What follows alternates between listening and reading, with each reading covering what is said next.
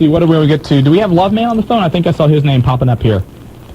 Do we have someone on the phone? I think he hung up on us. Love Man hung up on us? Yeah. Oh, that was rude. We do have Jim on the other line. Okay, All right. line 8, Jim. Welcome to the wrestling, guys. How you doing, guys? Doing good. I think Jobber ought to be the heavyweight champion of producers today. Yeah. Oh, there you go. Well That's him played for catching John. up, I think. I like that idea. That's true. I mean, let's think about it. How many people did we have on today? As far as the stars go? Yeah. D'Lo Brown, Tom Pritchard, Billy Kidman. And they all went through him. They all went through Jobber. Yeah. So. Marty went through 7-8 times. Yeah. But Jobber's doing a very good job tonight. Thank you, guys. You're welcome. I appreciate the Jobber. You're just trying to kiss up for tickets, aren't you? But Jobber, you still can't go tomorrow. Oh. Sorry. Any word on Ric Flair?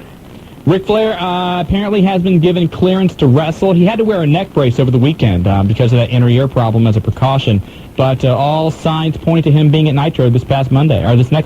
Okay, but no word on tomorrow night or who's going to be his replacement?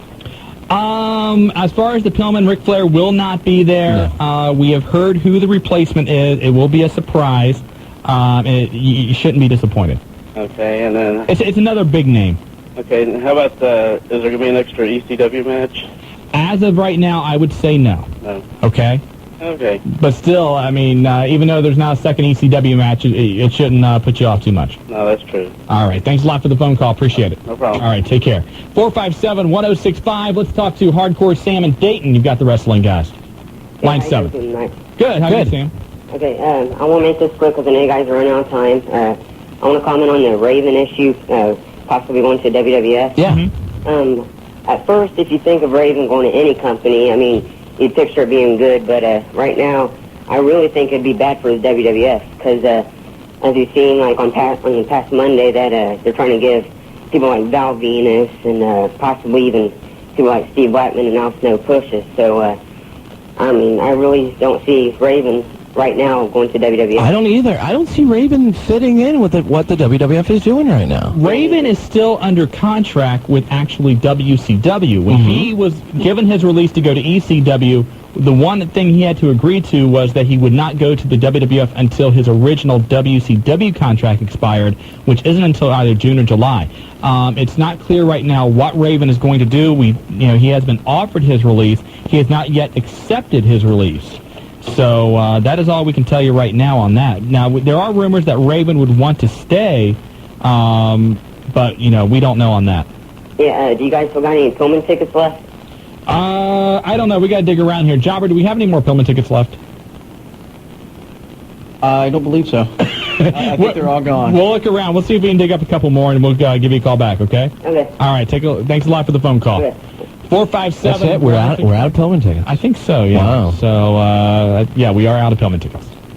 Well, I think we timed that out pretty good. I think we did, too. Not too bad. Do we have one more call? You can still call. Yeah. Let's go to line 8. Mike, welcome to the wrestling guys. Hi, how you doing? Doing well. I had a question about ECW. Uh-huh. Now that the Lance Storm is gone, what are they going to do with the tag team titles? That's a good question. I haven't heard anyone talking about that. I don't think anybody's brought up the tag team situation, and really, I have no idea. I wouldn't be surprised if they gave them to... Is Chris Chetty back full-time? Is he okay to go? Yeah. I would like to see him and Nova get a push with the tag team belts, but I don't know if that's going to happen or not. I could see that, because I can see him doing a lot of feuding with the Baldies, pretty much. Actually, but I would think that they might put him on Doring and Roadkill. Mm-hmm. I mean, I think that those guys are probably more over than Nova and Chetty right now. That's a good point, too. What I would like to see New Jack turn and join up with Angel. That wouldn't be bad, that's interesting. A lot of good ideas there, my man. Also, one really quick thing. I have a prediction for the King of the Ring winner. Okay. Kurt Angle. It's true! Joe is giving a very half-hearted it's true tonight. Joe's whining about being here in the building 12 hours, but you're a hard worker, Joe. There's the Kurt Angle plug right there. There you go. And I know Joe loves it, even though he's too tired to even recognize any gratitude. It's true! Thanks a lot for the phone call, man. Okay, thanks. All right, and we got to wrap things up here. Again, we want to thank our sponsors, Dye, Garofalo, Mann, and Schultz. Absolutely. The accident attorneys put a tiger on your side. Also, a big thanks going out to Pulsations Nightclub. Don't forget, Thursdays is Ladies' Night in Centerville behind Blockbuster, Normandy Square Shopping Center. Their phone number is...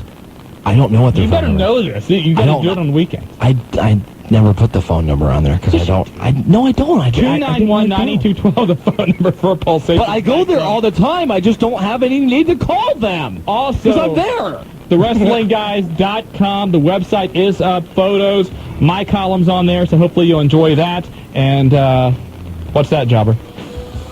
Means we're almost done. Okay, we're All almost right. done. Don't forget, again, we'll bang this drum again. Pillman 2000 tomorrow night, Schmidt Fieldhouse, Xavier University. Every major name is going to be there. Make sure you are too. Get your tickets, Ticketmaster.com or any Ticketmaster outlet. And if you're going on the bus trip, be at Classic Cards and Collectibles in Springboro no later than 3:30. Is that good enough? Did I stretch it enough, Jobber? Oh, that's great. All right, Willie, thank you very much for filling in Thank tonight. you. I had a great time, as always. And you are listening to The Wrestling Guys on Buckeye Country 106.5 FM. Country is proud to present Marty Adams and Shawn Stidham, The Wrestling Guys. Hello, Dayton, and welcome back once again. As you can tell from my voice, the Brian Pillman Memorial event is still fresh in my mind and in my body, and if you weren't there, you missed one tremendous night of professional wrestling camaraderie, and the Miami Valley was well represented with the Wrestling Guys buses coming in from Lima, coming in from Springboro, and Shawn, I can't say enough about the show last week. It was simply incredible, and, you and I got to enjoy it from a much different perspective.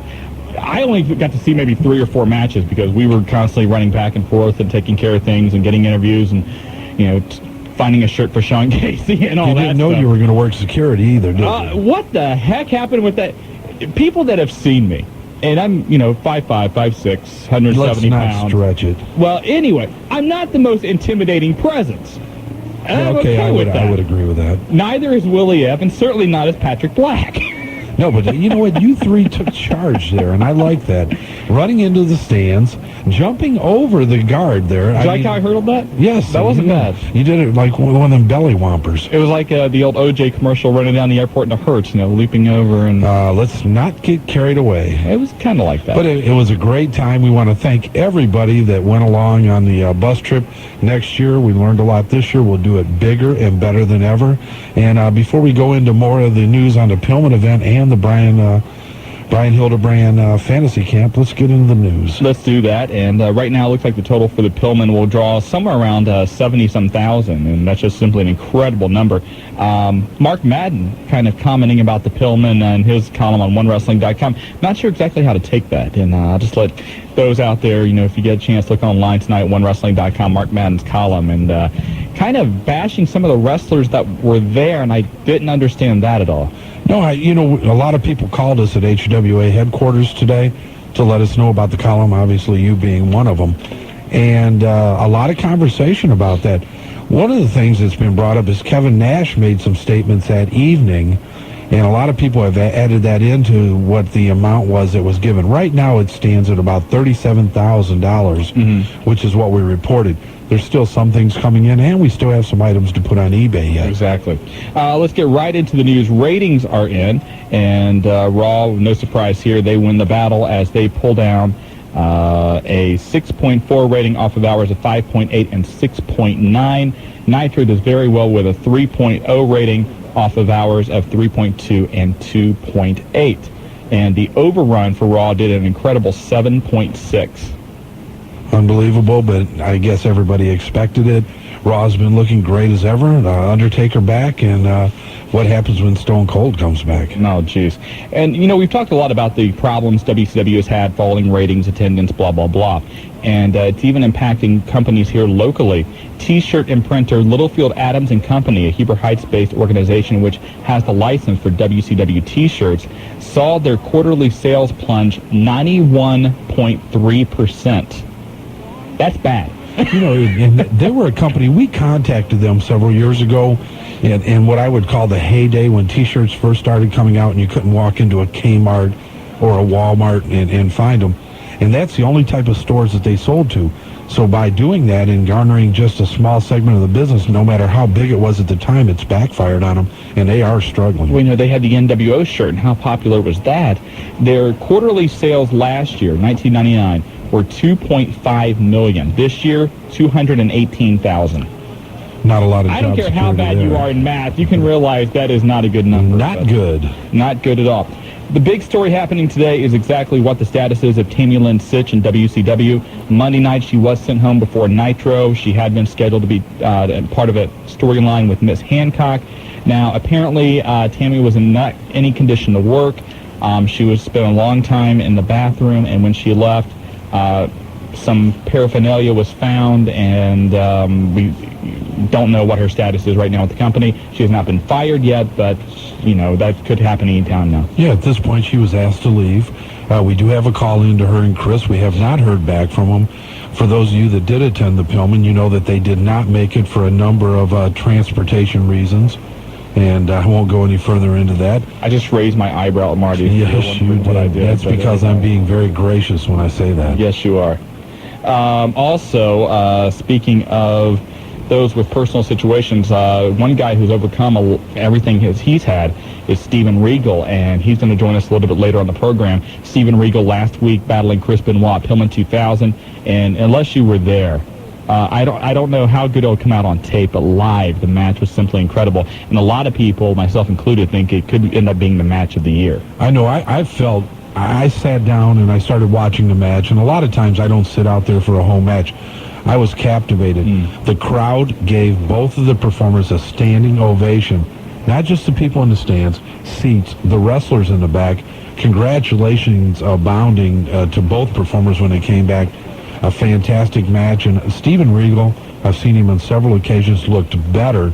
Just looking at him, looking at his face, looking at his demeanor, looking at what he's looking at, like physically in the ring, looked better than I've seen him in quite a while. And one thing, he is very open about the problems he has had, and he's going to talk about that with us a little bit later. We're going to give Steven a call somewhere around 8 o'clock. He is at home in the Atlanta area, and we're going to give him a call. It should be a great interview, so stay tuned. Can't wait to talk to him.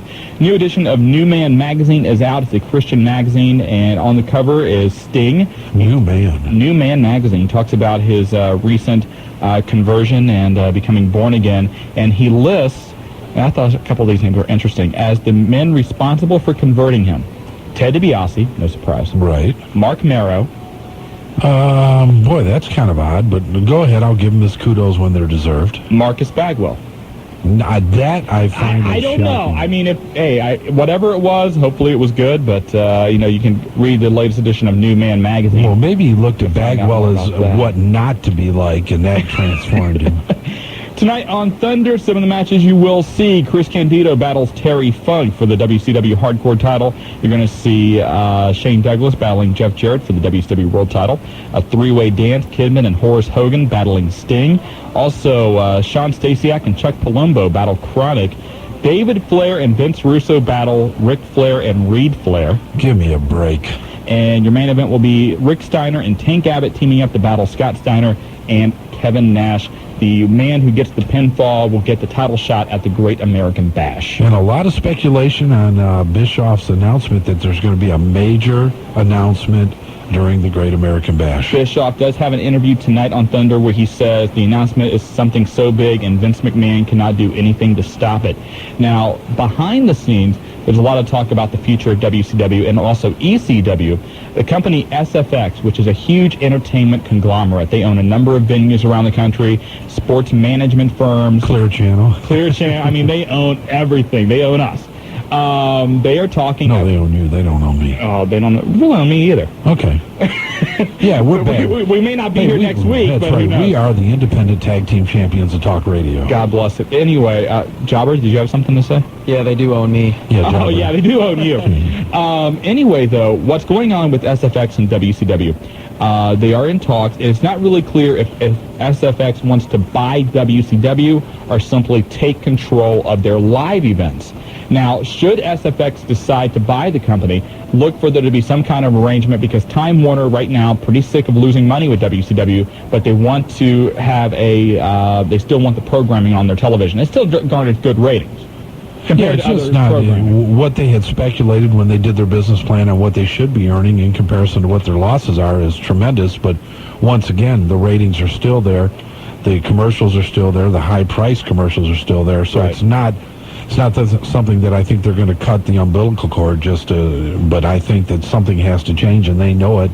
And they're going to pull some strings and make sure it happens. It looks like it could be a blockbuster deal in the making. Well, the one thing that gets everybody's interest up is ECW is now also being thrown into this because Paul Heyman has spent basically the last month in Los Angeles also talking to SFX, and it's not clear as to if it would be some kind of merger between WCW and ECW, or if SFX is just simply, weighing their options and, hey, we want to get into wrestling, let's look at a couple different companies. Maybe they'll take both companies. And there's also talk about USA Networks getting involved in this somehow because let's face it, the lifeblood of USA Networks is the World Wrestling Federation. We all know that probably by the end of the year, WWF will be in some way on CBS and TNN. And USA wants to fill that gap with wrestling. Whether it be WCW, whether it be ECW, they want to do that. And maybe there's some kind of deal there between them and SFX. We don't know, and hopefully we'll find out here sometime in this next week or so. And I can't imagine them going down without a battle and maintaining some type of rights to WWF once and when they do move. Exactly. A couple of local notes for you. This past Saturday, Violent Championship Wrestling having a good show up in Piqua. You were there, of course, in your commissioner role. Well, I tell you, it was a great time. A rabid crowd as usual. Dayton Daily News present, writing an article about VCW. And the shows have become a lot more crisp. I think they did a great job up there and continue to grow this summer. I know they're not going to run every month, but I encourage you to go to Piqua. It's only about a half hour from downtown Dayton. Shows right off of Exit 82, and enjoy yourself. A great evening of wrestling, fun, and mayhem. And I encourage the word mayhem. And they're going to team up with the IWA in Springfield in July with Jimmy Superfly Snuka at the Freedom Road Center. And big things happening up in Springfield now with the Violent Championship Wrestling group coming up there. But one thing I want to do plug is a website, and it is ringreview.homestead.com. And on that website, you can see a lot of pictures from this past Saturday's show, an article about Willie F., and also pictures. An article about who? Willie F. God, didn't they have anything else to write about? Not him. But, he's now the manager of the Violent Championship Wrestling Tag Team Champion. Yes, he was. And, if it wouldn't, I shouldn't say that it was up to me. I should have put him out of there the other night, but I didn't. You're too nice of a guy. I was way too nice of a guy. Also, this Saturday, Outlaw Championship Wrestling at the John Bryan Community Center in Yellow Springs. Big show up there as always. Their phone number, 229-8189, Dr. Creep. In a cheeseburger eating contest. No, I don't think you can do that anymore, but Dr. Creep, Maniac Mark Mustang, scheduled to battle the 420 Twins. That ought to be interesting. The return of the Maniac. We haven't seen him in action in quite a while. No, we haven't. But, again, OCW's number 229-8189. Best of luck to those guys this weekend. Are you going to be there? I don't know yet. Come on, Shawn. Honestly, I don't know. I've got a problem. We have a block party, but, I still am going to try to break away. But we need to let somebody know if we're going to be I was there. supposed to go to a wedding, and I don't know if the wedding's happening this weekend or not. What do you mean? They schedule the weddings on a week's notice? They scheduled the wedding, and then we haven't heard anything, so we're like... It may not happen? I don't know. There was some talk, honestly, a few weeks ago about moving the date, and we haven't really heard anything, so really? I have no idea. When's the baby due? As far as I know, there's no baby involved. Just God, I hope not. But anyway. And really, that is all the news, so we're ready to take your phone calls at 457-1065. Let's go to the phone lines. Line 1 from Dayton. Chelsea, you've got the wrestling guys. Okay, I have a question. Does XPW have a website? I believe so. I'm sure they do, but I'll be honest with you, Chelsea, I have not seen anything posted on what it is. We'll try to talk to Shane Douglas or one of the wrestlers that have, or Candido if he ever calls us back or reappears. We'll do a search here during commercial break, see if we can find something for you. Okay, and since TNA are kind of like joining the McMahon Helmsley faction, do you think they're going to go for the tag team titles? Probably. One thing I've heard is that Trish Stratus is going to try and get a stable of wrestlers. Maybe not, I want to join. Yeah, I bet you do. Maybe not the entire McMahon-Helmsley regime, but you're going to see more wrestlers now teaming up with TNA. I even heard there was a talk about Head Cheese joining TNA. I know there's a lot of speculation on what might happen with that twosome, and who knows at this point. We talked to Al Snow earlier today, and a lot of things going on in the WWF, but that very easily could happen. Okay, and if anyone has any info on tests, because I'm doing a website on him, they can email me at roadtest17@aol.com. Roadtest17. Well, we'll let Tess know that you're doing it. Send us an email or a link when you get it done, and we'll give him a call, and we'll make sure that he leaves you an email. Okay. Okay. All right. Thanks, Chelsea. Okay. Hey, anybody that's seen me with Tori can see that I can handle myself with the most beautiful women in You got in wrestling. some trouble with Tori. No, I didn't. Tori appreciated the way I handled her. I mean, I handled myself. Please. She did appreciate it. So did Billy. You handled Billy well, was too? a perfect gentleman with Tori. You handled Billy well? Well, Billy was happy that it was me. It could have been somebody else, but being that it was me, let's get back to trust you. God, trust me. Get back to the phone lines again. On line 2, the Binkster from Middletown. You've got the wrestling guys, Bink. Hey, what's up? It's all good, Bink. I know, it is. What's up, Bink? We got to get to a break, so make it quick. I just recently saw the Big Show make a cameo appearance in Cisco's new video. The UFC game that I talked about is coming out this September. It'll feature 22 fighters and over 30 fighting styles. It'll feature Mark Coleman, but not Tank Abbott, Ken Shamrock, or Dan Severn. Okay. And what's the date for Volume 5 WWF? Volume 5 from the WWF sometime this fall. I have not seen the official date yet. All right, and one quick shout-out to the $1 Billion Man, and he is coming. The $1 Billion Man is coming. Where is he coming? He's coming from from where I'm at. He's coming like full throttle, man. We're just gonna rock the world. All right, thanks a lot, Bink. All right, take care. Man, Middletown is the world. And the $1 Billion Man. There you go. The tag team champions of Middletown. There you go. By the way, speaking of Middletown, HWA will be there June 24th at the National Guard Armory, and we'll have more information about that as we get closer. And that means we got to go to a break. Can you smell what the tag team champions of Talk Radio are cooking? I think we have cereal. We'll talk about that, too. You're listening to the Wrestling Guys on Buckeye Country, WBKI, 106 hours a day, 7 days a week. All you have to do is call 1-800-INJURED. Free initial consultation. Put a tiger on your team. Dyer, Garofalo, Mann, and Schultz. And Shawn, you've been on the internet. What were you looking at? I was doing a favor for Chelsea. She wanted to know about the website for XPW, and it's www.xpwrestling.com. And picture on there when I looked at the homepage of Sabu with the XPW title. Of course, he's not getting paid to wrestle. Yeah, he's not getting paid. He's just doing it. He just loves to wrestle, so I can understand that. Yeah, he does. And so anyway, xpwrestling.com. Speaking of the internet, don't forget our website is now up and running, thewrestlingguys.com. Pictures, columns, a whole lot of stuff on there for you to look at. And don't forget, email us your photos. We are putting together that fans page, and we want to get your photo on there. So make sure you send it to thewrestlingguys.com. And we should have that up probably within the next week. A lot of people have sent in their pictures. We're looking forward to putting them up. It should be kind of funny. Some of these are not risque, but a little amusing. Yes. And we're looking forward to having a great time with our website and making it very interactive. Can't wait for it. Let's get back to the phone lines. And if you want to hop on board tonight, 457-1065. On line 8, the immortal himself, the Ref from Riverside. You've got the Wrestling Guys, Ref. Yeah, how you guys doing? Good.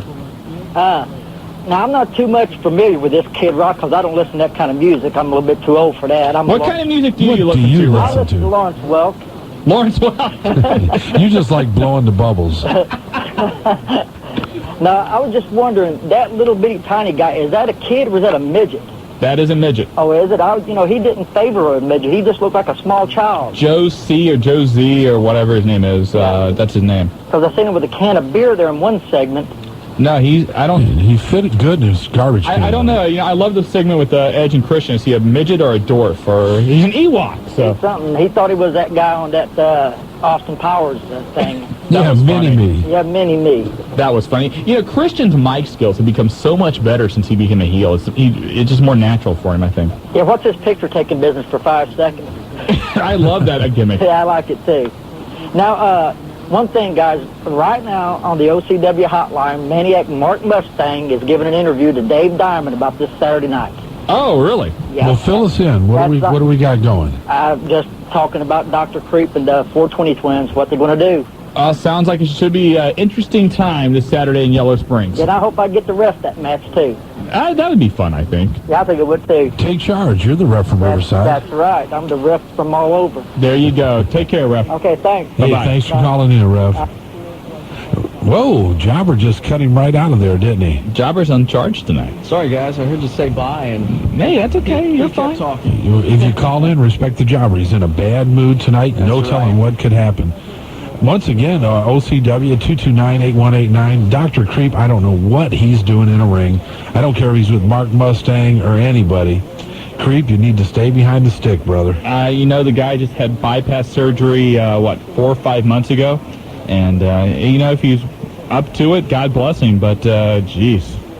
Yeah, it's kind of hard to believe. Haven't heard a lot about UCW recently. I know that... I think they're going to run a show on the 17th. I'm sure Raj or Cam or somebody's out there listening, and they can give us a call and let us know. I think they're going to run a show on the 17th. I'm not positive about that. They do have a new television show that will be starting this Monday. It's going to be on at 10 o'clock, opposite Raw. Yeah, they're going to knock Raw's ratings right down. UCW versus Raw, take that. Well, Raj laughed about it. He understands, it's kind of, the David versus Goliath, but he's hoping to, do some things and time some things out for commercial breaks. That was gentle of you, David versus Goliath. It is David versus Goliath. Yes, it is. I don't care who it is. No, you're right. Raj took it real well. He addressed it very well. Hey, let's face it. They, I believe, are the only, independent federation with a primetime slot, which is great. When the dog festival happens, hey, they're going to go wild. Hey, they should be the #1 rated wrestling program in this part of the country. They will. But the one thing I know that Raj did, they went back and dug out some of the old tapes, and he and Cam went into the studio and recorded some new commentary, and kind of a shoot-style commentary. It's pretty funny from what I understand. So, when Steve Blackman comes on, you don't want to watch that. Flip over, watch UCW. There you go. And Cam DeMan Collins and Big Daddy Raj Cox combining to be the new twosome on television. Trying to be, anyway. Hey, Pulsations, we haven't been there in a while. What's going on? I've been there. Well, I was at the last pay-per-view. One time. I had been there more than Shawn. one. Marty? Oh, my God. Do I have to bring out the attendance list? Yes, you do. When's the last OCW show you made? When's the last VCW show you made? Thank you. That's okay. I mean, I just wanted to cut it off before you did something that somebody would call in and complain about. I'm trying to protect you tonight. What are you trying to protect me from? From Shawn, please. What? You know what? You think you're in the driver's seat tonight because you brought in some boxes of cereal, the new WCW cereal. This was funny. I went over to Cub Foods today, and right there when you walk in, $1.99 a box. So I figured, maybe we'll give it away. I have no idea. Well, let's sample it. But you want to sample it? Yeah, I think we should. We have Bret Hart, we have Goldberg, we have Sting, and there's like some kind of chocolate cereal and some Frosted Flakes and whatever in there. And you still don't know who makes it, but it's got their pictures on it. I just picked it up and grabbed it. I have no idea. Hey, let's talk a few minutes about the Pillman event. I mean, a great time. You come down on the bus trip, you and Willie F. Right. I was down there basically paving the way for this Polaroid experience, and I'm going to call it an experience. Learned a lot. The wrestlers gave up 2 days of their time for the Brian Hildebrand Fantasy Camp, which I would consider a success. We had people that flew in 14 hours from England, had them on the show last week. Had a young lady that received a gift, a graduation gift. Liz Malone. Yeah, she really a beautiful young lady, wants to get into the wrestling business in some type of marketing sense, not necessarily in the ring. And just a lot of people having a great time. Good to see the guys in there. Hugh Morris was fantastic. I'd have to say that I have a better appreciation for Hugh Morris now.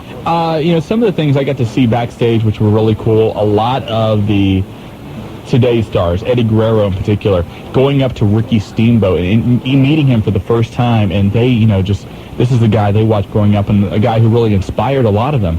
And Eddie Guerrero comes up, and he's kind of, a little shy, imagine that, and he comes up, he goes, sir, I just want to introduce myself, I'm Eddie Guerrero. I mean, and Ricky's like, oh, pleasure to meet you. Vampiro, great guy, to completely not what I thought he would be like. I did an interview with him, and, I went up to him and I said, hey, I realize you got a lot going on tonight. I won't take a lot of your time. And he goes, well, why not? No, Ian. And I said, okay. I think Ian was really happy to be there. He was, and he said, number one, you'll realize I'm not like other wrestlers. And some of the things Vampiro said, number one, he's a little bit unhappy about being a heel. It's not that he has any, because he has nothing against the fans. He said, all my career, I've appreciated my fans. They've been a huge support for me, but now I have to act like I'm against them. I don't understand that. And then he took a couple shots at other heavyweights in WCW, in particular Lex Luger, saying that he has to try and list himself as a light heavyweight because he does moves that other heavyweights won't do. What else do we have backstage going on? There was a ton of things. Raven, I need to mention this, would not do any interview, and he was very apologetic. He said, look, I would love to, but if I get on a microphone, all I'm going to do is bash Paul. And everybody's saying that was the happiest they had seen him in quite some time. But he told everybody it didn't matter if you were Al Isaacs from Scoops. Did not matter. It didn't matter. You were going to get the same thing that Shawn got. He'll take photos with you. He'll sign autographs. He'll, just don't have a microphone around because I'm going to bash Paul. And I was like, okay. One thing that we were privy to also was the first time seeing Shane Douglas reunite with the Radicals on a personal basis after it was something different. When this was at the fantasy camp, and Shane had been there for a while, and all the Radicals arrived together, and everybody except Dean Malenko, and we've talked about that story before, that he was the one that Shane really had problems with. Everybody but Dean went up to Shane, and Dean just kind of went off into the corner and talked to Pam Hildebrand a little bit. And you and I were out in the lobby, and Shane was talking with Chris Benoit. And Dean Malenko walked by and said hi or something and went into the men's room. And all of a sudden, Shane left and went in the men's room. And Marty and I are like, okay, do we have to get security? Yeah, Shawn came and got me, and he said, do you want to go in and check? Or I said, well, we knew that they had exchanged letters. Dean had sent a letter to Shane. He hadn't really verbalized with him over the phone or anything. Basically apologizing, but also kind of giving a broader background to actually what had happened.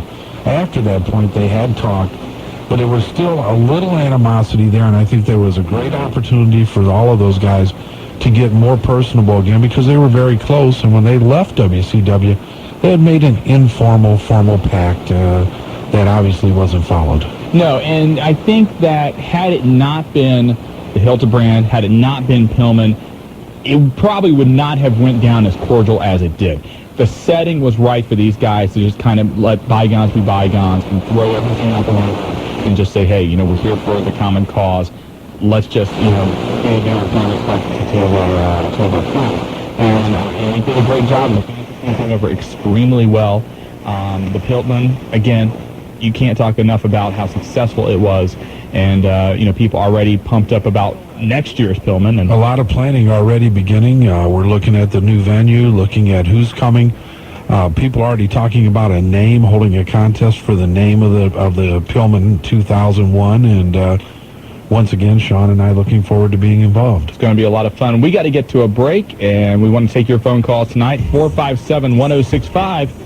You've got the Wrestling Guys on WBKI Buckeye Country 106.5. And welcome back to the Wrestling Guys. Shawn Stedham, Marty Adams, and we're brought to you by the accident attorneys, Dyer, Garofalo, Mann, and Schultz, 1-800-INJURED. Put a Tiger on your team 24 hours a day, 7 days a week. Free initial consultation, and if you're in trouble and you need help, they're the guys to call. Locations all over the Miami Valley. You got Middletown, Piqua, downtown Dayton, Huber Heights, Lima, Springfield, Dyer, Garofalo, Mann, and Schultz. Wow, you're pretty good at that. Well, somebody had to do it last week. Yes, thank you. You're welcome. What did Willie do? Willie basically sat over here and played on the internet. And basically what Willie does. He does his normal Willie thing? Exactly, the normal Willie. The Willie. 457-1065, the phone number if you want to hop on board the Wrestling Guys tonight on Buckeye Country 106.5 FM. Let's go to the phone lines. Line 3 from Dayton. Mike, you've got the Wrestling Guys. Hi, how you both doing tonight? Good, Mike. Good, Michael. First of all, I really enjoyed the Pillman. Good. Glad you could make it, buddy. Yeah, and I want to know, is Steven Regal going to be in-ring wrestling on camera for WWF? Good question. That's something we're going to ask him about tonight. He's gotten a lot of good press after his match last week. The one thing about Steven Regal is he certainly has the mat skills, and he seems like he has his head and his life in order. The question is, can he find a gimmick that will work in today's wrestling? That's the one question people have about Steven Regal. The last time he, got the run in the WWF, they had, the Real Man or whatever, and that flopped it kind of horribly. flopped, right? Yeah, those are stupid. Yeah, so, the question is, can they find a proper gimmick for him and let him run with it? One thing we have heard is that Dr. Tom Pritchard being there took back very positive accolades for the match. The Radicals going back, and Chris. You read everything, I'm sure, on the internet that we've read. And we talked to Steve earlier today, and we're trying to get a tape cut of the match. It's right now being put together, the entire show, but to get that particular match cut out to send it up to WWF headquarters. Okay, also wonder, where's Ming been at? Good question. I have no idea. Was he released? Yeah, he was released here, I want to say about a month ago, if I'm not mistaken. Same time Barbarian was? Yeah, pretty close there. Okay. I want to see both them guys end up in the ECW. That would be interesting. Probably the best place for him. And one real quick last thing here is, how long is Disco Inferno going to last with the Filthy Animals? How long has he been with the Filthy Animals? Is he going to last? How long is he going to last? I have no idea on that. I don't think long. One of the things we did talk about is that he's in a process of kind of being repackaged, so to speak. Mm-hmm. They have a new gimmick or plan for him. So Glenn is going to come back in a different format here very soon. Okay, well, that's all I have. All right, thanks, Mike. Man, thanks for calling, Mike. Take care. Thanks. Hey, back to the phone lines again. Line 4 from Troy. Rob, you got the wrestling guys. Hey, how you guys doing tonight? Good, Rob. Good, buddy. Hey, I got a question. I want to turn on, you guys were talking about Yellow Springs. Yeah. Is that show this weekend? It is this Saturday, yes. This Saturday, OCW, great show and good hot dogs. Okay, now, do you know what state route that's going to be on? You said it's the John Bryant thing, right? John Bryant Community Center. I'm not really positive on the directions. You take 70 to, I think the Yellow Springs there's exit. an exit there that says, I think, John Bryant on there. Yeah, and if you take it straight in, you can call their hotline, though, at 229-8189. Okay. And if you need to leave a message, they'll get back with you. They're very punctual about doing that, and they do a nice job. I'd encourage you to go out and see them. All right. Appreciate that. All right, take buddy. care. Thanks for calling in. Back to the phone lines. Things heating up a little bit. Line 5 from Miamisburg. Justin, you've got the wrestling guys. Hey, guys. Justin the Bulldog here. I call your hotline every now and then. How you doing, Justin? Hey, Bulldog. Pretty good. I was just wanting to know, do you guys think the British Bulldog will ever come back and win the world title like he was supposed to do when he first came back to the WWF? No. No. Why no? British Bulldog is barely physically able to pull the curtain, much less wrestle in a main event for the world title. Yeah, good point. I mean, I have nothing against the guy. I think he, I loved him in the British Bulldogs. I think he had a great run as Intercontinental Champion, but physically, he's just not there anymore. Really? No. Do you think that, I heard that Jim the Anvil Neidhart was, I guess, like a backstage type of training, or is he still with WWF? Yes, he is training guys down the Tennessee area, I do believe. Yeah, he's out of Memphis right now, still working shows down in that area, and then helping develop younger talent. I heard that Kevin Nash, I guess I seen it on the internet, that he has like 20 months, I think, left on his WCW contract, and that he would like to come back to WWF because that's where he basically got famous at. Have you guys heard anything about that? Or? Kevin, he was backstage. He did an interview with Al Isaacs with Scoops, and I was in the same room and talked to Kevin afterwards, too. Kevin is not happy as well as a number of others with WCW. Kevin really got his, claim to fame in the WWF as Diesel, and he said he would like to retire there. So he has another 20 months left on his deal, and we'll see what happens. At that time, Kevin's going to be about, 44, 45? Yeah, he'll be like physically able. Kevin, I think he'll be physically able because he keeps himself in tremendous shape and always has. But I think what you're going to do at that point, he's going to be looking for a long-term final type contract. And Kevin, and I like Kevin, but his style of wrestling he could certainly do for another 5-10 years. A knee lift in the corner and a jackknife. He should be able to maintain that same style for the next 10 years or so. You're bad.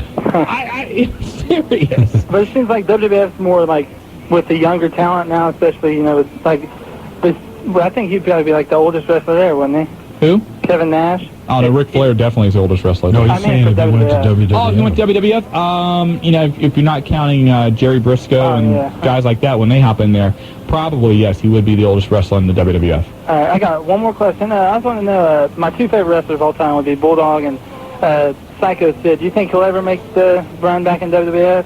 I don't know. Sid has burnt so many bridges, it's tough to say. It'd have to be in the fall or winter when softball's not happening. He's a great talent, physical specimen, not the greatest worker in the world, and definitely not the most... Dependable. Thank you very much. Good word.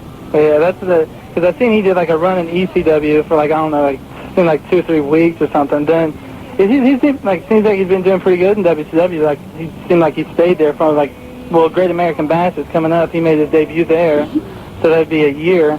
That's not too bad, don't you think? No, but for some reason, Sid is one of those guys I have, personally, I'm just speaking for myself, I've never really gotten into Sid and go, oh, wow, Sid's wrestling, I need to flip it on. Back when he first started, I thought he was impressive. And then the one thing I thought which really killed Sid early on, in one of his first runs in WCW, he was beat by Lex Luger in like 6 seconds. And that killed his heel heat at that time, and I don't know if he ever really recovered from that. And part of the problem is, too, in my opinion, is that's one guy that cannot make the transformation to babyface, even though they tried to do it with him. I think it was a complete flop. He has to be a heel, and he's not a great worker. On top of that, he's unhappy a lot, and when he's unhappy, that makes his work rate go even worse than what it normally is. Like now. Right, and when you have the heels that are, giant size, 6'10", 7 feet, and eventually they do get beat. We saw it happen with Vader. Once he's got beat by that first guy, the intimidation's kind of gone, and you kind of lose interest in them. Yeah. I think you're right. Well, thanks a lot, guys. I'll call your hotline from here on in, and have a good day, man. Thanks for calling, Justin. Bye. By the way, speaking of the Wrestling Guys hotline, if you want to call that, 285-0991, 24 hours a day, 7 days a week. All the latest information right there, brought to you by Pulse Stations Nightclub. And we want to thank all of our callers, not only locally, but nationwide. We have callers from all over the country now. I have one from Chicago today. It's great. The Cincinnati Reds, we are the hotline of the Cincinnati Reds, Shawn Casey. And we haven't talked much about that, but the Reds had a great time at Pillman 2000. It was very funny. I was in the back with Danny and Dimitri Young, and helped them go over a little bit what to do. And then when we got out to the ring, Danny Graves was the manager for D'Lo Brown in his match with Eddie Guerrero. And as D'Lo was getting pounded on by Eddie, I walked by Danny and I said, okay, start pounding the mat and chanting D'Lo and get the crowd into it. And then afterwards, Danny comes up, he's like, man, my hands are killing me. The babyface assassin. So I expected to see, where Danny would blow a save and then blame the wrestling guys for costing him that. He wasn't at the top of his game the next night, but he got out of there before he took the loss. The first, switching over to baseball a little bit, the first Red in 14 years to go out 7-0. That's our guy. And then we ended up doing an appearance, Dimitri, Danny, and I, Saturday down in Florence, Kentucky. And that's all they talked about. And a lot of the fans, there were 300 to 400 fans there for autographs, they were talking about wrestling, not as much baseball. How'd you guys like it? Because it was all over the news in the Cincinnati area. As we were leaving Pillman, as I was getting on the bus, Dimitri came back out, and I was doing one last run through to make sure we had everybody on the bus. And I went up to Dimitri, and we were talking a little bit, waiting, and he was very disappointed he didn't get to take any bumps. And I was like, you're right, Dimitri, we're not going to, put ourselves in that kind of position. Yeah, Jim Bowden had been down there killing us. Oh, could you imagine, Dimitri, sprains his ankle and has to miss 2 weeks? Jeez. And Casey's wife there, she had to leave for a previous appointment, ended up staying so that she could see Shawn, and he had a great time, obviously. And, you got to give a lot of kudos to Charles Robinson, to Eddie Guerrero, to D'Lo Brown for working with those guys, and they simply had the time of their lives. Charles Robinson took a stiff one from Casey. He did, but he wasn't supposed to hit him. He was just supposed to draw back, and Casey got a little carried away there. Had a good time. Pretty unusual for a good boy like Shawn to get a little if Casey excited. starts hitting the ball like he hit Charles Robinson, that batting average should soar soon. Please. Hey, let's go back to the phone lines again. On line 6, the Black Crow, you've got the Wrestling Guys. Hello. How are you? Crow. Fine. Good. I just got to say this real fast. It's been over half an hour, and no one has mentioned the man, Kurt Angle. It's true. Well, Joe's not here this week, so thank you for doing that.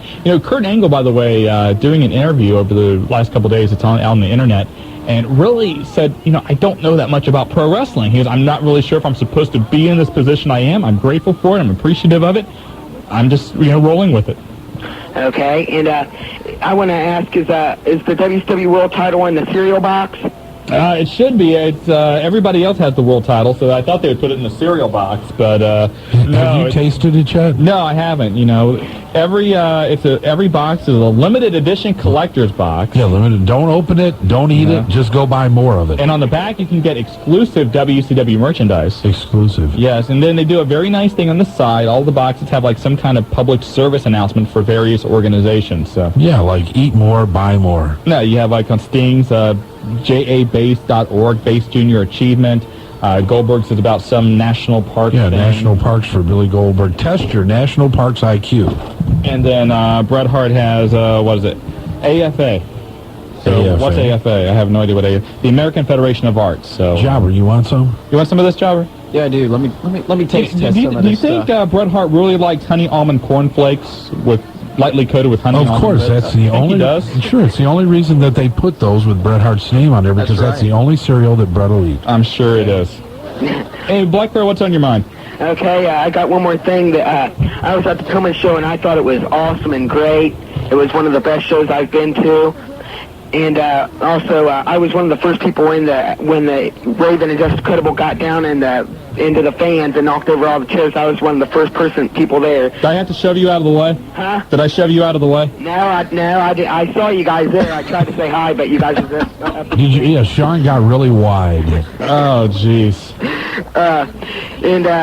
I think the best match is what everybody is saying, the Regal and Benoit match. One of the things that got the biggest ooze from the crowd, Regal was busted open hard way. There was no blade there. Benoit nailed him with a headbutt.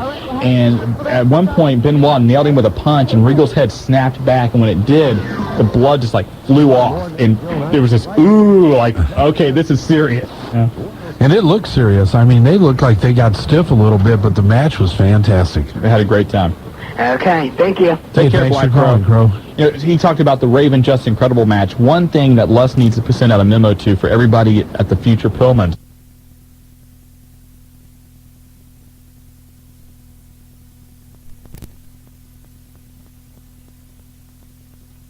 It's plastic. It's plastic.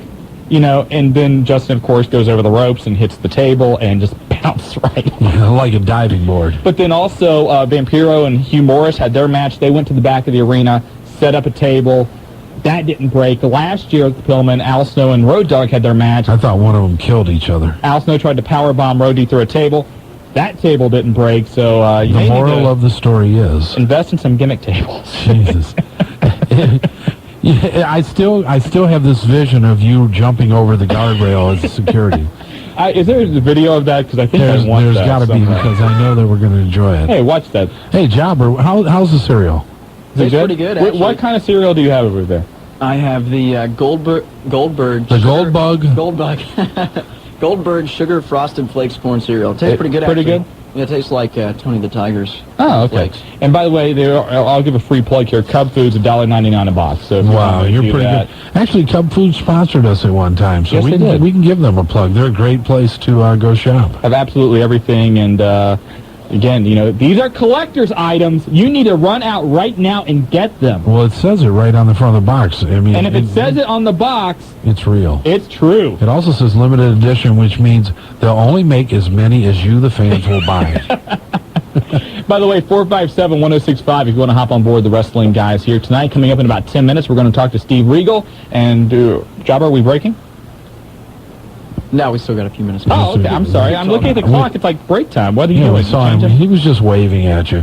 He was eating cereal. He lost track of the time. He started waving. Okay. Back to it again, though. A lot going on coming up once again this Saturday night. OCW, June 3rd. Shawn doesn't know if he's going to attend. I don't know if I have a wedding to go to or not. Yeah, right. They plan weddings in Shawn's family week by week. Yes, basically they do. 229-8189. If you want to give the UCW hotline a call and hear a lot about Big Daddy and Cam the Man Collins, their new primetime run at Raw, 640-1921. And don't forget, for having fun and going and enjoying yourself with the wrestling guys at all of the pay-per-views, go to Pulsations, a heavyweight champion of pay-per-views at Normandy Square Shopping Center, 291-9212 for more information. And a couple of shows coming up with the HWA happening June 17th in Hamilton. They're going to run that, and also June 24th and that very next week in Middletown. And HWA information is available online, hwaonline.com. And also they do have a hotline at 513-684-HWA1. A lot of speculation that WCW developmental people and Hugh Morris said he would like to come up and work some of the HWA shows. Palumbo talking about coming up and working HWA shows. I think you're going to see a lot more involvement from the WCW very, very soon. It's going to be very exciting down in the land of the HWA. And one thing we haven't talked about, they're getting some more national exposure. The Discovery Channel at Pillman was following around Shark Boy all day long. Obviously, they're going to tie that into some kind of feature about sharks. But great exposure that company's getting, and hopefully they can turn that into even bigger and better things with their live events. Well, let's take another call here before we go to a break. On line 7 from Springboro, Super D, you've got the wrestling guys. How's the guys going? Good. Good. Hey, that Pillman show was something else, man. Did you have a good time? Oh, yeah, it was the greatest. Yeah, I think it really was one of the best shows. Could have used a little air conditioning or a fan here and there. But, yeah. I mean, it's the best shows you could ever see. I mean, any pay-per-view, anything.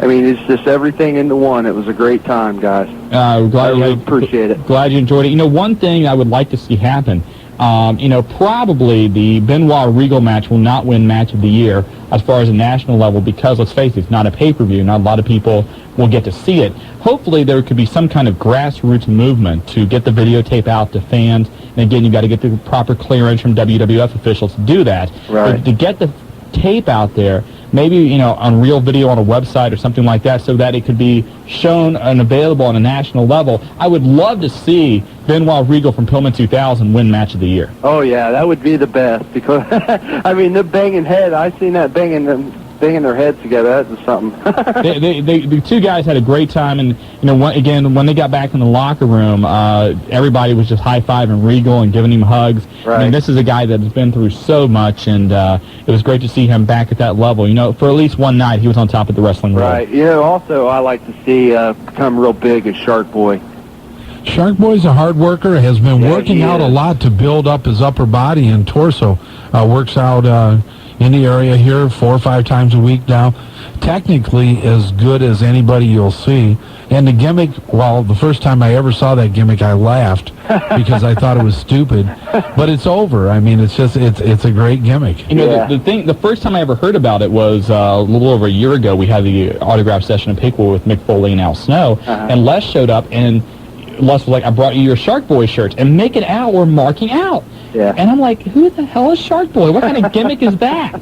And but he's made it work, and the fans are into it, and he's selling a lot of masks. So there's everywhere you go, there's everybody giving him the fin. Yeah, exactly. Well, it's better than some things you could give him. But hey, thanks, guys. You take care now. Hey, appreciate thanks for it. calling. Thank you very much. Yeah, it's great to hear that everybody feels the same way we do about the Pillman.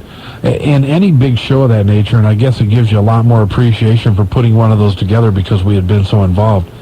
You reflect back on what went well and what went bad. Overall, and especially from what we've heard from a lot of people that I would consider to be great judges of a show, are very, very positive, and the fans were very positive, which means more to you and I than anything else. Absolutely. We got to get to a break. We want to talk to you, 457-1065. You're listening to The Wrestling Guys on Buckeye Country 106.5 FM. Welcome back to The Wrestling Guys, brought to you by Dyer, Garofalo, Mann & Schultz, the accident attorneys. Shawn, you said it the best just a few minutes ago. If I were in trouble, that's who I'd call. Absolutely. Again, anywhere you look in the Miami Valley, there's a place for you, Middletown, Springfield, Lima, Heber Heights. downtown Dayton, obviously, right around the street from us. So don't tailgate me on the way home. I wouldn't get If you close do, to your tail. I'll call them. Hey, they're 24 hours a day, 7 days a week. I'll report you before you do it. I'll make sure to keep my distance, trust me. There you go. So anytime I'm behind you, I try and keep my distance. No, usually you pass me. I'm doing 70. All I see is this red thing go by me at about 75 to 80 on I-75. You know, one thing we were talking about earlier today, I wonder if people would really care if the WWF does switch networks. If WWF goes to TNN, are you going to feel betrayed? Are you going to stop watching the WWF? I don't think so. I don't either. You know, there was actually some people that thought, well, if they go to TNN, you know, I'm just not going to watch them. That's going to be stupid. Right. It's going to be the same programming. It's going to be the same show. I just don't see that many people jumping up in arms and feeling... What are you going to see any different? It's the same thing. It's like your cable vision, and they switch the rotation of the channels so that one station is on another numbered channel. Exactly. Same difference. So, you know, if you're one of those callers or one of those people that, you know, you just feel betrayed, you know, let us know and tell us why. I don't think... So we can understand it. Exactly. I don't think that, you know, we talked about this here on the show, that the WWF should move. They would not be as successful as they are now had USA not allowed them to start crossing that line, to pushing that edge. And, you know, they've had a relationship now with USA for 17 years at least, and it's kind of sad to see that go, but... Business is business, times change, and as much as we would like to say that the loyalty should be there, and I'm sure it has been up to a point, money talks, and... there's people that think we should still be on East David, so what do you know? No doubt about that. We hear that occasionally. Yeah. Hey, let's get back to the phone lines again if we can get Jobber out of the cereal box. Line 8 from Dayton. We've got the Tornado. You've got the wrestling guys. After a 2-week absence, the Tornado has returned. You're returned again. Yep, well, I got a job, and I was working both Wednesday nights, so I Come on, don't shock us, Tornado. Working. You can listen to us at work. No, well, I can't call. You at work. Okay, I understand. Yeah, but anyway, as far as you were saying earlier, also you got to remember, at least I heard this, Vince McMahon also tried to, buy a part of USA a couple of times, didn't he? Yeah, he did, and that didn't, you know, work out to their liking, but... He could always buy another station. If he's going to go after USA, why not go after any other station? With the money Vince has now, Vince could start up his own station. Yeah, he could buy like Channel 25 down in Cincinnati. Isn't there a low-power station here in Dayton? Channel 51 or something like that. 51. Vince McMahon's Channel 51. Actually, they are talking about having an all-wrestling channel, but not on television, over the Internet, that would, you know, basically send, you know, 24 hours a day, different types of WWF programming. You would have classic WWF. You would have, that's the sound of Marty eating cereal. The next sound is people turning off the radio because Marty's eating cereal on the air. But they're talking about having classic WWF, and then, you know, you'd be able to watch, if you missed Raw on Monday night, it would be available 24 hours a day, so you could keep up to date with that. Oh, sure, but as far as Raw goes, I'm glad to see that Kid Rock didn't win the WWF title. Oh, God. And we saw another great job by the WWF censors, too. Oh, with the rewind? No, with the Kid Rock concert. Oh, with the F-bombs. Yeah, we saw another great censor job by them. Nice job. Yeah, they had the F-bombs on there. And WWF had a uncharacteristic of them. They had a production flaw this week. They had that segment where Vince got attacked when he was talking to Stephanie, and they're kind of rewound. It was supposed to be a live attack, and it ended up rewinding. It was live when they taped it.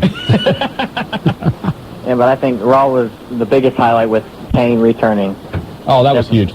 Yeah, Kane has been my favorite wrestler for a while now, and I'm glad to see him at least holding the WWF title, and hopefully for more than 24 hours the next time he gets it. We'll see. I don't know if really Kane's going to, you know, be slated to get a run at the title. I was glad that they kind of kept him in his old gimmick and bring him back as a biker. Yeah, really. He's, you know, not... Undertaker now is kicking people's skank asses instead of wrestling them in peace now. Hey, there can only be one big red machine. We can't lose him now. Yeah. Exactly. I've got one question. I don't know if you guys really know about it, but do you know, like, what kind of show is going to happen with, like, the Shark Boy interview that they did with somebody? Yeah, actually, Discovery Channel is doing a special on sharks. Mm-hmm. And what they were doing is tying that into, you know, like sharks in their habitats, sharks in protective habitats, and then how other things in life, you know, tie with sharks. And that's what it is. It's kind of funny, but, you know, really neat for Shark Boy, and it really provides some other mainstream opportunities for him. Well, the reason I asked that is because I know the person who did the interview. Oh, you do? What did they say? Have you talked to him? Oh, yeah, and he said, like, they asked if anyone had a Shark Boy mask, and he raised his up, and they did, like, a 10-minute interview with him. he just knew it was going to be on the Discovery Channel. That's pretty much it. I don't know exactly what the date is that they're going to air that, but we'll, of course, announce that when we get the word in from the Discovery folks. All right, that's all I got. Hey, thanks, Tornado. Make sure that they give you a phone at work and let you call in. All right. All right, buddy. Phew, Tornado after 2 weeks. Back to the phone lines again. If you want to give us a call, you can give us a call at 457-1065. And line 1 from Troy, Ohio. Don, you've got the wrestling guys. First of all, I'd like to tell you guys you do a great job. And, Thank you. And we enjoy listening to you. I have a couple questions for you. Okay. Heard you talk about the Mark Hildebrand. Could you tell me who that is? Brian Hildebrand was more commonly known in WCW as Mark Curtis, the referee. Okay. You might remember skinny guy who always did the gunslinging kind of, call for the bell. The two-shooter. Yeah, and he passed away from cancer last year. Okay. And he was very close with a lot of the wrestlers, and Dean Malenko and Chris Benoit came to Les with the idea of a fantasy camp.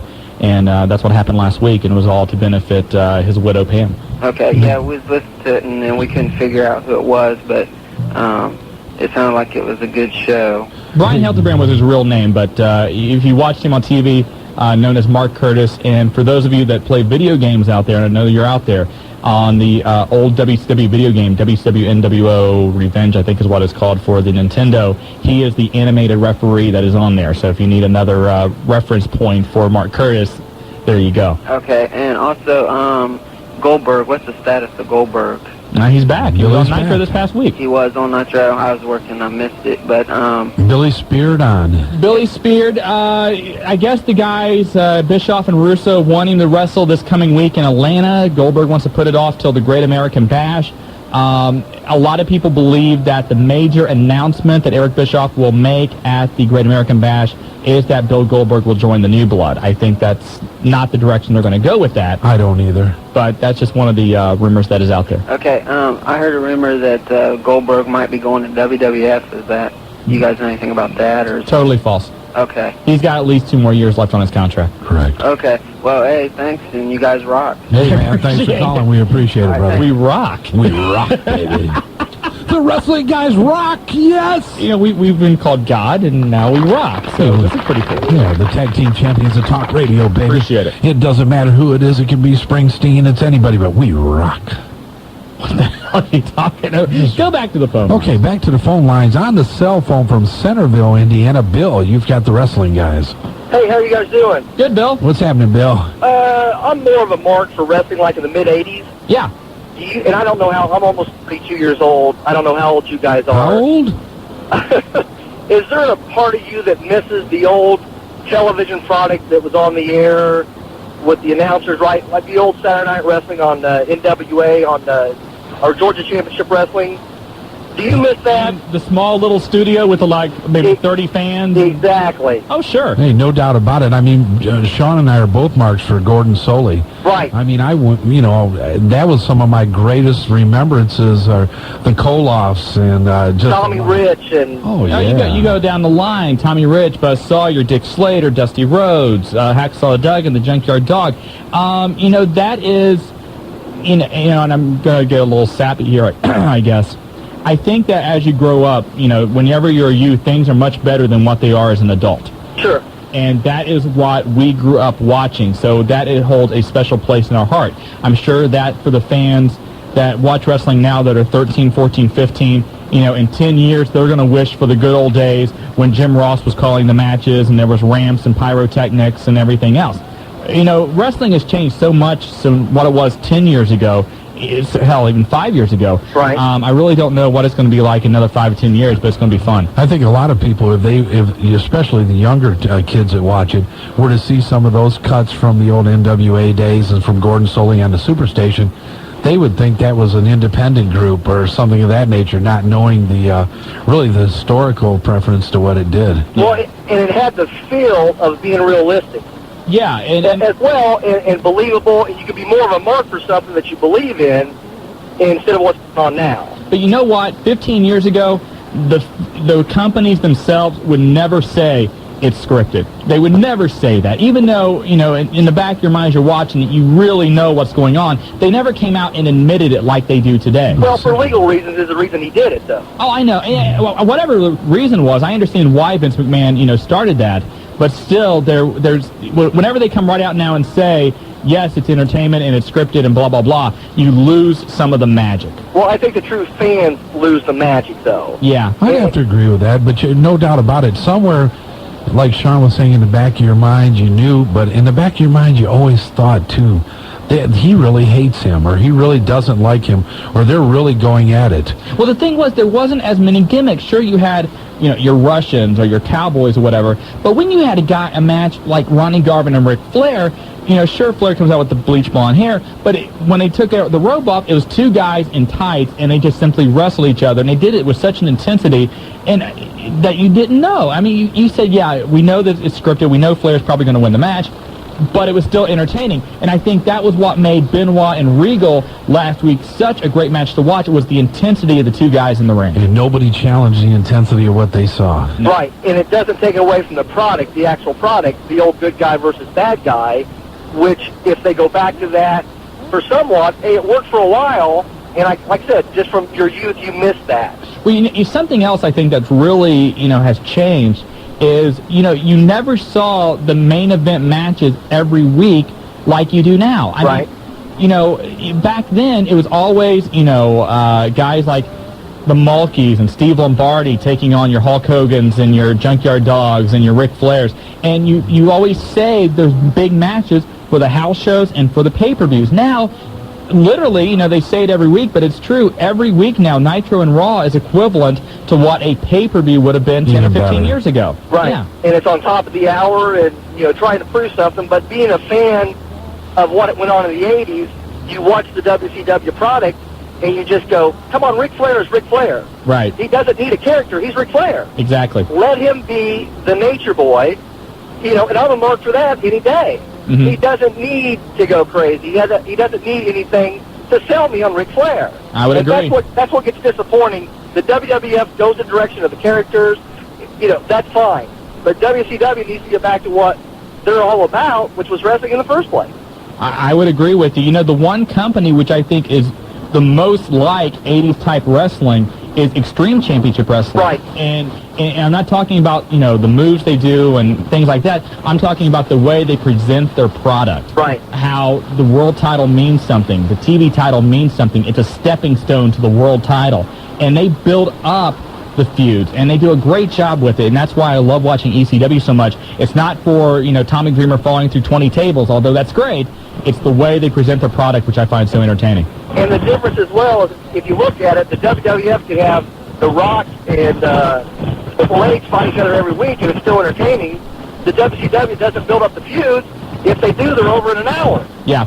No doubt. I mean, one of the things we talk about a lot is back in the 80s, I couldn't wait for World Championship Wrestling or NWA to come to our area. I mean, because they hardly ever came around, so you never had much of an opportunity to see them in a live format.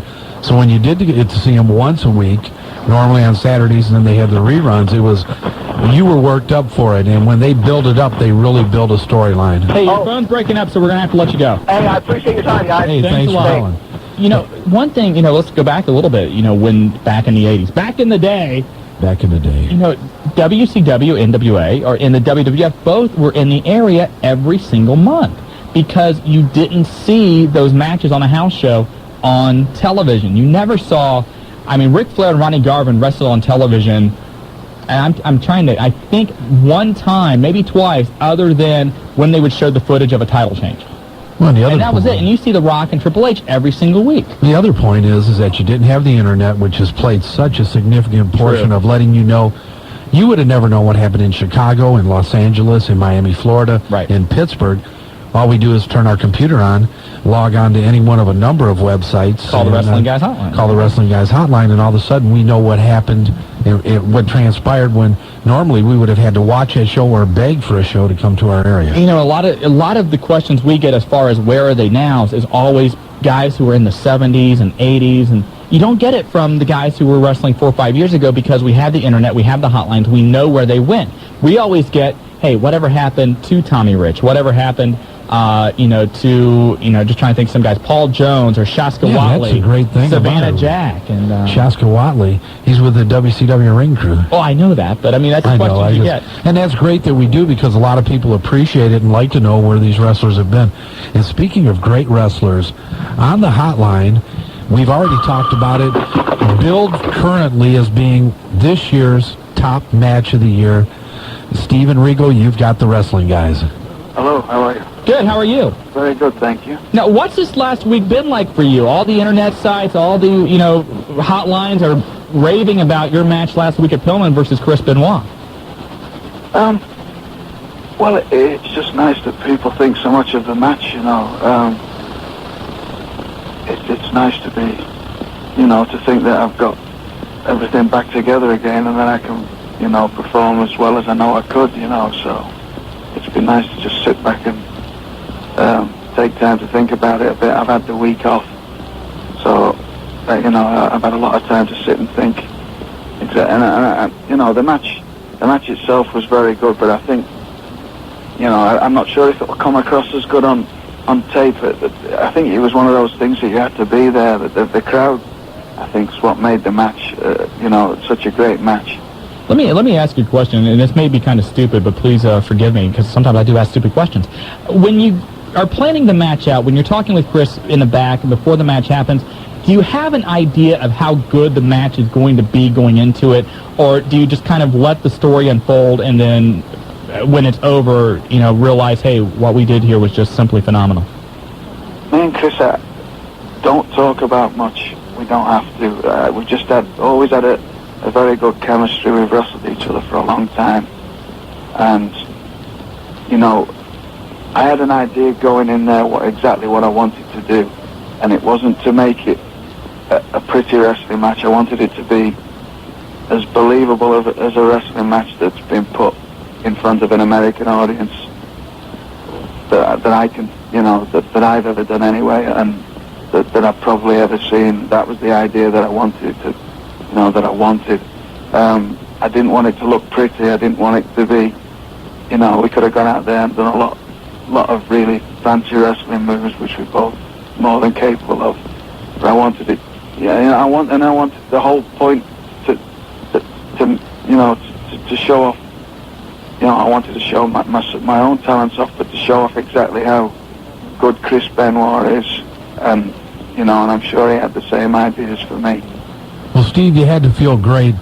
Shawn and I were at ringside, and as the match ended, every person in the building, and I talk about the people in the locker room, had come up to watch the match. Everybody in the stands, everybody in the chairs, it was a standing ovation. When you got back to the locker room area, everybody congratulating you and Chris. I mean, it had to be a special moment for you, and I said it to you there when I talked to you that evening a little later. You looked great, and you really looked like you were at the top of your game. Thank you.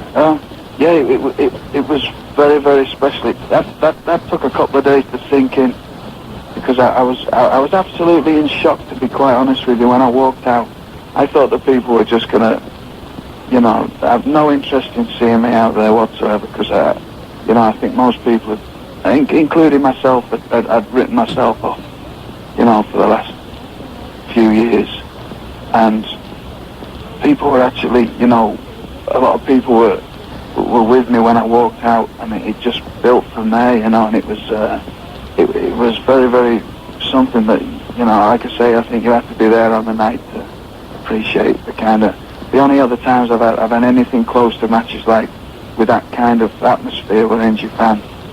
Like I did a couple of championship matches there, and that was, that kind of atmosphere, but nothing to compare to that night in Cincinnati. It was something special, Well, Steve, you've been through a lot over the last couple years. We know you're working your way back in. We were in the office today earlier, and we're trying to get that portion of the tape cut so that we can get it to WWF headquarters. We do know that a lot of people took back praises and, basically letting everybody know up there what kind of match it was, so they're looking forward to seeing it. But how do you feel about where you're at today compared to where you were a few years ago? There's no comparison, is there? I mean, 2 years ago, I was so, at the lowest point of my life. I obviously never thought I could possibly I'd ever, believe that I would have got that low in my life. And there was a stage where, I just give up on everything, and looking back now, it's very, very difficult for me to see what I was doing and doing to myself, doing to the people around me, my family, the way that I was. That's as much as I've learned about addiction. I still, it boggles my mind that when you become physically addicted to substances, what you will, how little you care about anything else in your life. Steve, we hear so many questions about, wrestlers having problems with, drugs, alcohol, what have you. Is it the demons of the road? What really directed you towards that? It wasn't the demons of the road with me. It started with injuries and me taking pain pills. But after a while, if you understand anything about addiction, everybody's got a crossover line where, if somebody that doesn't have any genetic, makeup in the family to be an alcoholic or an addict, then it would take years and years of abuse to become physically addicted to the drugs. In my case, it was very, very short period of time because of different family things that I've got, that within a short period of time, I was totally dependent and addicted to painkillers and muscle relaxers. In a very short amount of time, probably within 12 months, me taking one pill, within the end of the 12 months, I was pretty much gone. I've learned that a lot of people use that as an excuse.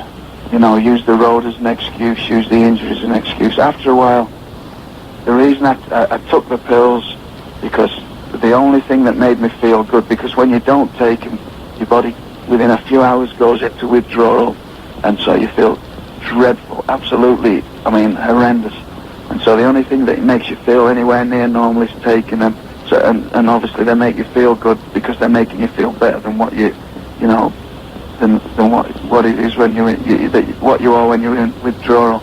So it's but I've also, when I was in rehab, a lot of people, just use that as an excuse. Well, I've got family history of, addicts and stuff, and so that's why. And they just could not stop. And I think you've got to take responsibility for it. You can't blame the wrestling business. You can't blame the injuries. You can't blame anything else on it. You're the one that's picking up the drugs, and you're the one that's taking them. Steve, what? So, I've just learned to believe in that you cannot use these excuses. As long as you're finding excuses, or make, you're going to rationalize it, so you're just going to keep using and using. If you're going to say, well, it's because I'm injured and that. There's plenty of drugs out there that you can take that aren't narcotic and non-addictive that you can take for injuries. The reason that people take narcotic drugs is because they make you feel good, and that's, some of it is to blame with the medical profession. That most doctors, a very high percentage of doctors know very little about addiction, so they will just give you the most popular drugs, which are narcotics, if you've got pain. And if it is your genetic makeup to become addicted, you'll become addicted real quickly. But if you research it some, that there are plenty of muscle relaxants, plenty of pain pills, or plenty of things that can help you with the pain that aren't addictive, but most people don't know about them. Most pharmaceutical companies don't push them onto the doctors to make, to use them. So you just go around in circles, really, if you want to talk about that. But, as long as you're going to rationalize it, you're going to keep using it. So accept the responsibility. You don't need it. You can get away without it. So, that's when you've got to take, the time to look at yourself. And the problem is when you're heavily involved in it, your mind becomes so blurred that and most people are in so much denial. I was. Just didn't think that I had a problem. Even when I was falling down, Steve, when was the moment where you hit the wall and you said, I need to get help? I didn't. I actually didn't. WWF put me into rehab. They made me go. Was this after the airplane incident, or? No. It was long after that. Okay. No, this was when I went to the WWF. No, as anybody saw, I was, just pathetic. Steve, how do you feel? They stuck by you? You feel good about what the WWF did in regards to the problems and being with you? Yes. WWF put me into rehab. I didn't want to go in. They put me in there. And even after, I was in there for 4 months, even after 10 weeks, they let me go because I still was fighting it. I still wasn't getting it. And that's the sad part about it, that, your mind clears after, a few months, but there's still, you want to hold on to old ideas about things, and they're telling you to do this, and they're telling you to do that. So they let me go, and they said, look, you can come back here when you get, when you get your life sorted out, and you think that you can stay in this business without falling back on bad habits. So that's what happened.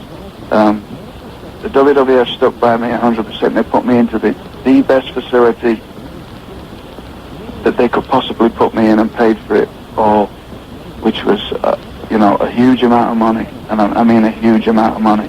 They paid for it. Even after they let me go, they still continued to pay for it. Wow. They had no reason. I was only there a short period of time. Actually worked there, and I did nothing but cause them trouble and embarrassment.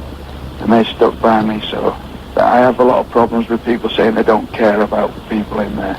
They certainly took the time to care about me, who wasn't in any position to draw them any money. I had never drawn them any money. So, I can just speak for myself, and I know they've done it for others. So whether you decide to take that gift and, the gift that they gave me, which was, basically saving my life and giving me the gift to get well again, I decided, I took that and made the most of it, Steve, there's a lot of talk recently about New Jersey and they wanting to pass laws to test wrestlers. Having had the problems and gotten through it and everything yourself, do you feel like there should be some kind of mandatory testing for wrestlers? I don't know if it'd ever work. There's always going to be times when, and just the nature of the society we live in, people use drugs.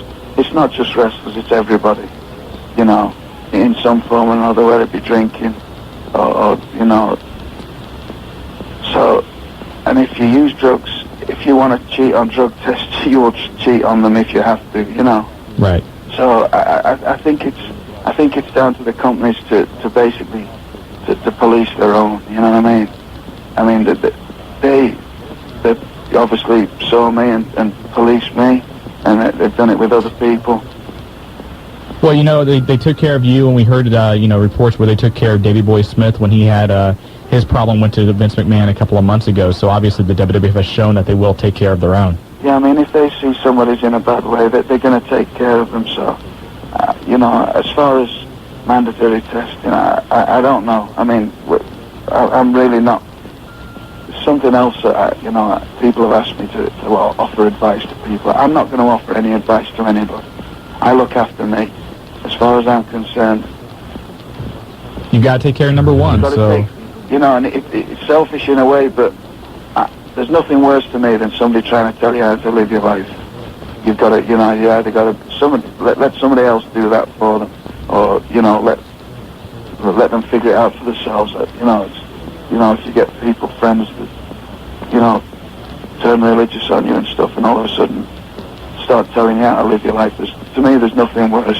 So whatever your thing is, get on with it, and don't try and push it on other people. So I'm not going to tell people how to live their lives.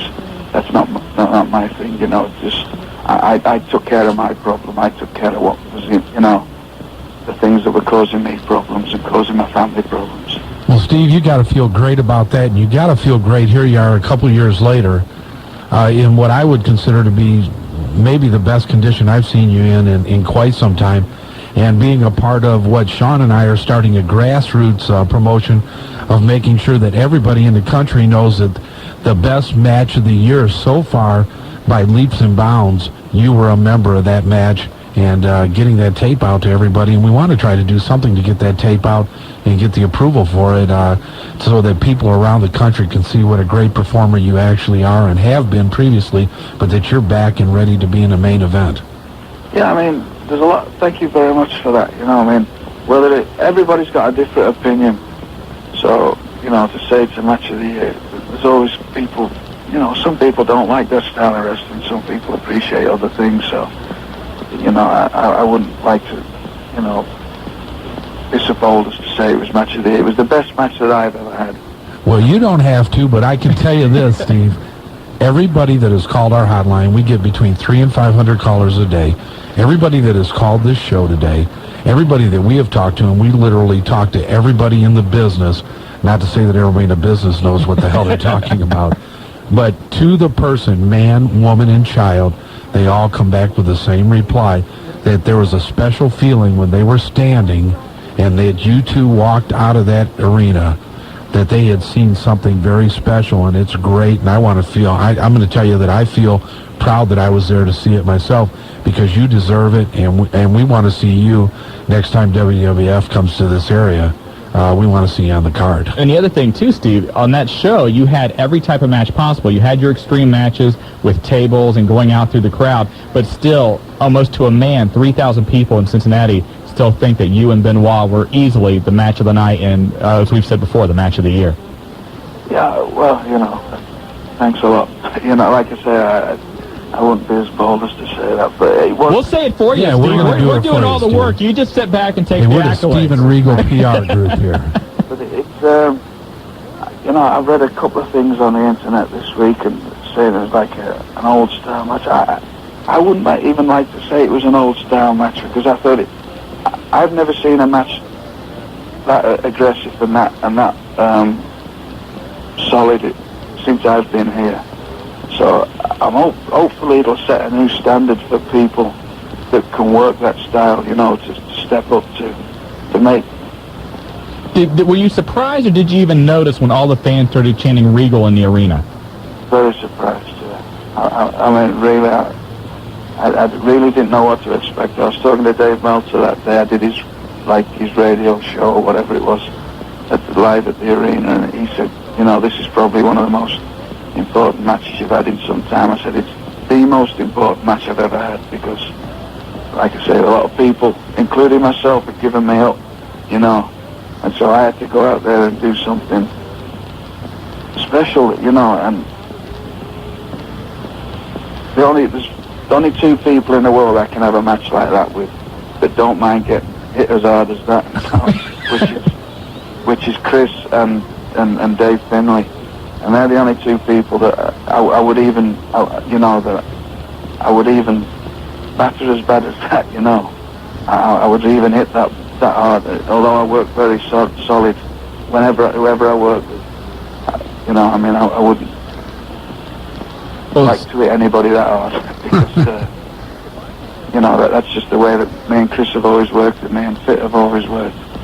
But it was, I know it was definitely a special moment for me, and I just hope that, you know, other people see that and think that there's a place for me, you know, in today's kind of wrestling. I'm sure, you know, I know there is. It takes all styles to make up a good promotion, you know, and with the WWF now, they've got everything they possibly need from top to bottom, so, you know, me with my style just add to the quality product that they produce. I think it certainly would, and Steve, you know, you want to be part of something special. You certainly were that, and I know you say you don't want to tell other people I live with wives, but let me tell you, you are an inspiration to a lot of people out there, and it's great to see you, you know, back performing the way we know you can perform, and hopefully this will catapult into something bigger and better for you. Okay, thank you. Steve, thanks a lot. I appreciate it. I know I hit you that evening about coming on the show. It was kind of late, but we wanted to get you on. And the reason they were chanting Regal is because Shawn was standing on a chair screaming your name. Steve, thanks a lot, and best of luck to you, my friend. Thank you very much. Thanks, Steve. Hey, we know you're going to be on Les's show later. We'll be tuning you in. Okay, thanks. All right, Take care. buddy. Steven Regal, really the star of stars from last week at Pillman 2000, and great to have him on. And like I said, he doesn't want to be a role model, but he is certainly an inspiration to a lot of people. A lot of people can learn from what he's been through. And if you weren't listening, you better turn it back on when we put it on the audio archives, because it was a great interview. And once again, thanks to Steven Regal. You're listening to the Wrestling Guys on Buckeye Country 106.5 FM. Yo, Jimmy, hit me with that Triple H. And welcome back to the Tag Team Champions of Talk Radio, the Wrestling Guys, Shawn Stedham, Marty Adams. And as always, we're brought to you by Dyer, Garofalo, Mann & Schultz, the accident attorneys, 1-800-INJURED. If you have a problem, put a Tiger on your team 24 hours a day, 7 days a week. They'll be there for you if you need them. You know, hopefully some people were listening to the Steven Regal interview, and he said he didn't want to be a role model. He doesn't want to tell people how to live their lives. But certainly, it doesn't matter if you're in wrestling or not. There's a lesson to be learned from that. This guy has gotten a second chance, and he's taking it. He's not Darryl Strawberry. He's not Steve Howe. He's not Tammy Lynn Sitch. He's not putting it and blaming it on somebody else or using every other crutch that's been available to people over the years. Exactly, and I'm sure people listening to this program certainly know people that have had addictions, whether it be, certainly we've known wrestlers, that have had these problems locally, and people not in wrestling and everything else. Hopefully they can listen to Steven Regal and realize, no matter how low you can get. And one thing we didn't touch on, this guy was almost deported, 3-4 years ago. He got, blitzed out of his mind on the airplane and, peed on a stewardess. It's like he said, he's... I mean, he doesn't get much lower than that. Yeah, I guess we really hit it, but, he said it himself. He never thought he could get to the levels that he had gotten to, and he's been literally crawling his way up. I think right now, if you had to ask Steven Regal, last Thursday night in Cincinnati was probably the highlight of his career at this point. Well, he said it was the biggest match of his life. He never, really expected, I think, to have a match again that would mean something. And, in my column, which will go up here later this week on thewrestlingguys.com, I wrote about Steven Regal last week. And one of the things I said, and you know this certainly, when Regal was announced as the opponent for Benoit, there were a lot of groans. I mean, you and I were in the room when it was announced, and we're like, Regal. I mean, come on. Yeah, because you look at Benoit a different light, and you know that Benoit is going to supply you with whoever he's with, but, we did want to see you, and I have to admit it, more star power. Exactly. I know, leading up to that, we talked, Kurt Angle's name was thrown out. We talked about, breaking up the Radicals and having, Malenko and Benoit or something along those lines, Benoit, D'Lo, something. That's why Les is booking and you're not. Exactly. God bless him. Gotta laugh. Ooh. But, what was that little hand gesture? Nobody expected Regal to be able to wrestle at that caliber, and certainly he won a lot of people over that night, us included, and we are very serious about getting that match out because a lot of people, I think, need to see that match. I don't think it's going to capture what it was like to be there live, but certainly still, I want a videotape of that match. I want a lot of people to see that. And again, I would like to see some kind of grassroots campaign to get that voted in as one of the matches of the year when all the year-end awards come out through the end of 2000. You got it, Shawn. Hey, let's get back to the phone lines. These gentlemen have been on hold for quite a while. On line 3 from Beaver Creek, the Ayatollah, you've got the Wrestling Guys. Hey, guys, what's up? How you doing? Pretty good. Good to finally get through here.